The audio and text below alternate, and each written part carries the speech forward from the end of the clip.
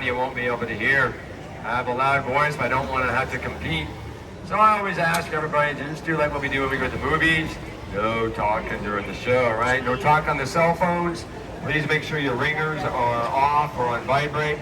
And then while your phones are out, take a lot of pictures. Look at that, the sun just came out. Yeah, good timing. So I want to help you guys make some wonderful memories this afternoon, not miss out on things.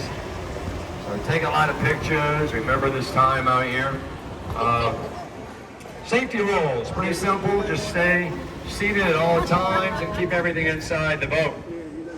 Hands, arms, elbows, little ones, phones, cameras, all that inside the boat. Don't reach up and touch the footbridges. Instead, you can turn around and watch me and have some good laughs when you find out just how tall I really am. See guys, I'm 6'5". I'm the tallest boat captain out here. And there are some footbridges, not like that one we put underneath. There are some, like one coming up, that just ain't 6'5". You know what I mean? I gotta do this one, duck and bob and weave.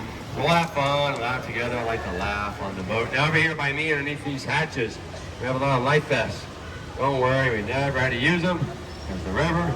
It just ain't that deep, y'all. About knee level to waist level, 3 to 4 feet deep or so throughout the entire roughly 180-mile course. So if you start growing, well, just stay put. Remember the safety rules and don't lean over the rails. You'll be just fine. Lastly, first city ordinance.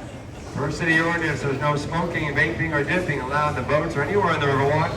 You do that up on street level, you drink down here on river level in the boats, just not the other way around and not together. So sit back, settle in, have those cameras out.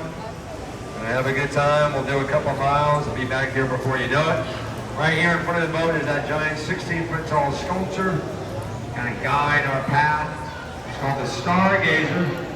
So holding a star there in her hand. It was recently unveiled a few months ago. It was made using volcanic stone and marble from Mexico. Well, we're going to start our history, our tour here. A little bit of history, the story of how we got the name San Antonio seems an appropriate place to start, yeah? So long before the town began, it was the river first named for St. Anthony de Padua. I'll tell you all about him as soon as I say my head on this first low bridge. It is clearly not 6'5". No siree, it ain't today. Ooh, some days it's even lower. But it's never high enough. Like I said, latch was good. Okay, over here to my right, this 8-foot tall, larger life statue. That is our namesake, St. Anthony de Padua. He was a Franciscan Portuguese priest born in Lisbon, Portugal, the capital, and died in Padua, Italy, hence the name, just west of Venice. And he was born a long time ago, over 800 years ago, in the year 1195. Died a few years later, June 13th, 1231. So he didn't live very long, but by the next year, June 13th, had already become his feast day in honor of him. Now, several hundred years later, our story begins on June 13, 1691, when Spanish missionaries passed through here for the first time ever. They come upon this river, and they're so awe-inspired by its beauty, like hope you guys are as well. We're just getting started, guys. They stopped, held mass, gave thanks, and said, let's name this river, of course, after St. Anthony, because it was his feast day, after all, June 13th.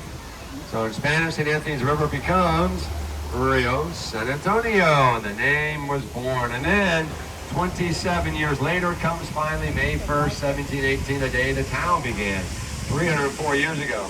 And on May 1st, 1718, they come back to the river, this time stay, to build the first of what later became 5 Spanish colonial missions, giving the new name of the river to both the town, San Antonio, and the mission, calling it Mission San Antonio de Valero. You know it better by its current name, the Alamo. So if you haven't been to the Alamo yet, now you know at least a little bit of how it all nicely ties together right around the river, June 13th in St. Anthony. The Alamo in San Antonio from the very beginning, even before it was the Alamo. But you see, it helped to start it all and give us the name.